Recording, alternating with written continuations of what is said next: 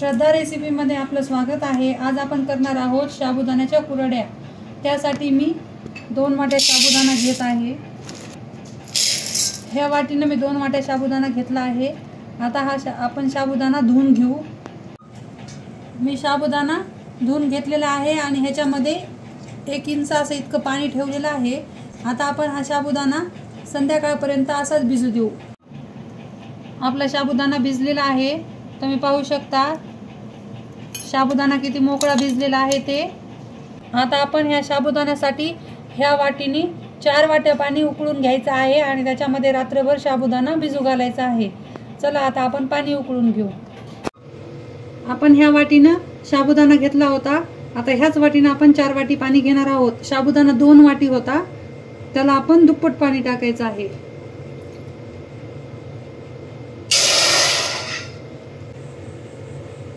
आता आपण हे 4 वाट्या पाणी उकळून घेऊ।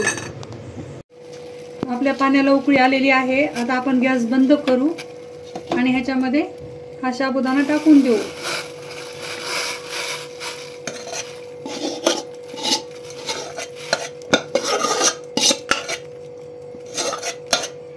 ह्याला व्यवस्थित हलवून घेऊ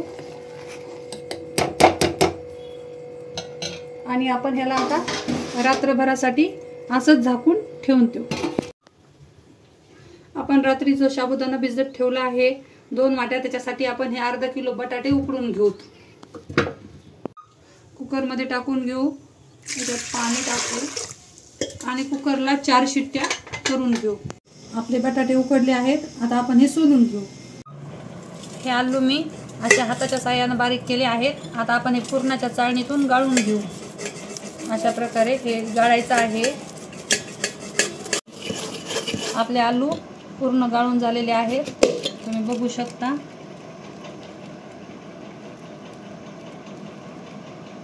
त्याचा आपण आता हे काढून घेऊ।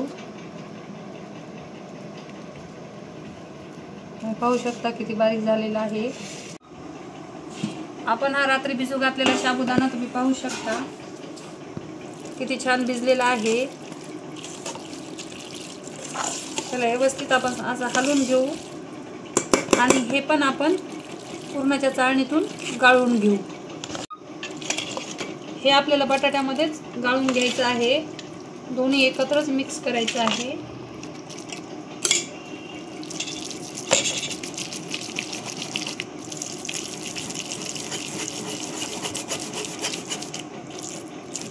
आपला साबुदाणा गाळून झालेला आहे, तुम्ही पाहू शकता। आता आपण हे सगळं एकजीव करू। ह्याच्यामध्ये आता आपण हिरवी मिरची आणि मीठ बारीक करून टाकू। मी 10-12 हिरव्या मिरच्या घेतलेल्या आहेत आणि त्याच्यामध्ये आता आपण चवीनुसार मीठ टाकू। आता हे मिक्सरला बारीक करून घेऊ। आपली हिरवी मिरची बारीक करून झालेली आहे।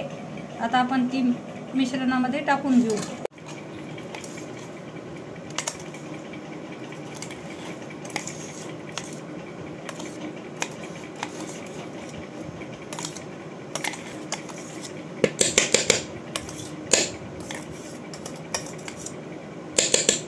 आता आपण याला व्यवस्थित कालून घेऊ। बटाटं थोडं चिकट असल्यामुळं चमच्याने व्यवस्थित कालवल्या जात नाही, त्यामुळं हे आपल्याला हातानेच कालवायचं आहे। व्यवस्थित सगळं एकजीव झालं पाहिजे। हे कालून झालेलं आहे। आता आपण ह्याच्या कुरड्या घालून घेऊ। आता आपण हे मिश्रण सोऱ्यामध्ये भरून घेऊ।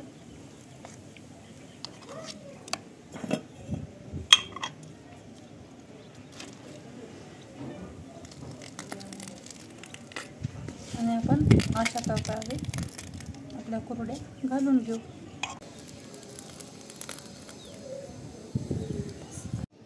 आपल्या कुरड्या घालून तयार आहेत। आपल्या उपवासाच्या कुरड्या वाळलेल्या आहेत, तुम्ही पाहू शकता किती छान कुरड्या झाल्या आहेत ह्या। आता मी तुम्हाला ही कुरडी तळून दाखवते। आपलं तेल तापलेलं आहे। आता आपण कुरडी तळून घेऊ। तुम्ही पाहू शकता ही कुरडी किती पांढरी शुभ्र झालेली आहे आणि दुप्पट फुललेली आहे। आपली कुरडी तळून तयार आहे। तुम्हाला जर माझा व्हिडिओ आवडला असेल तर माझ्या व्हिडिओला लाईक करा, शेअर करा आणि माझ्या चॅनलला सबस्क्राईब करा. धन्यवाद.